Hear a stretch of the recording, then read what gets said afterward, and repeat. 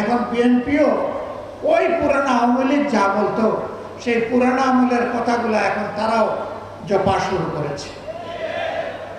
সংসদ নেতা, প্রধানমন্ত্রী, সরকারের প্রধান, বাংলাদেশের প্রধান নির্বাহী, তিনি এই যে বললেন কথাটা, সেই গণভোটে যে 66.8% মানুষ ভোট দিল, 66.8%, তাদের ভোটের মূল্যটা তিনি কি দিলেন?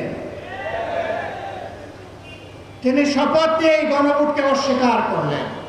যদি এই অবস্থা জারি থাকে তাহলে জনগণ জনগণের জায়গায় তার ভাগ্য নিয়ে কুমড়ি খাবে, আর কিছু দলকানা কিছু মানুষ এবং কিছু গোষ্ঠীর হয়তো ভাগ্যের পরিবর্তন হবে।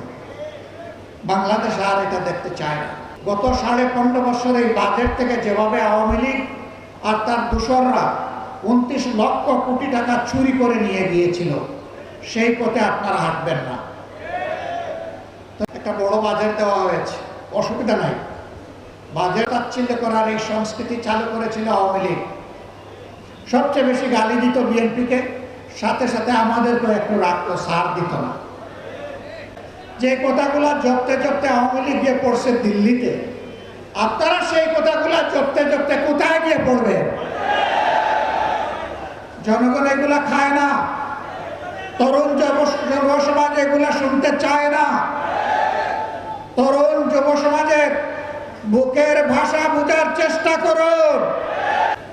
এরপরে জনরোষের মুখে পড়ে তাদের নেতাও কমপক্ষে একবার শহীদ আবু সাইদের এলাকায় গিয়ে বলতে বাধ্য হয়েছিলেন, 12 তারিখ 2টি ভোট, একটা গণভোট আর একটা জাতীয় সংসদের ভোট, আপনারা গণভোটে হাতে ভোট দেবেন।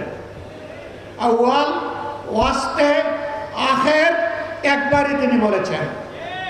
কিন্তু তিনি তো সেই দলটির নেতা। বর্তমানে সংসদে তিনি হচ্ছেন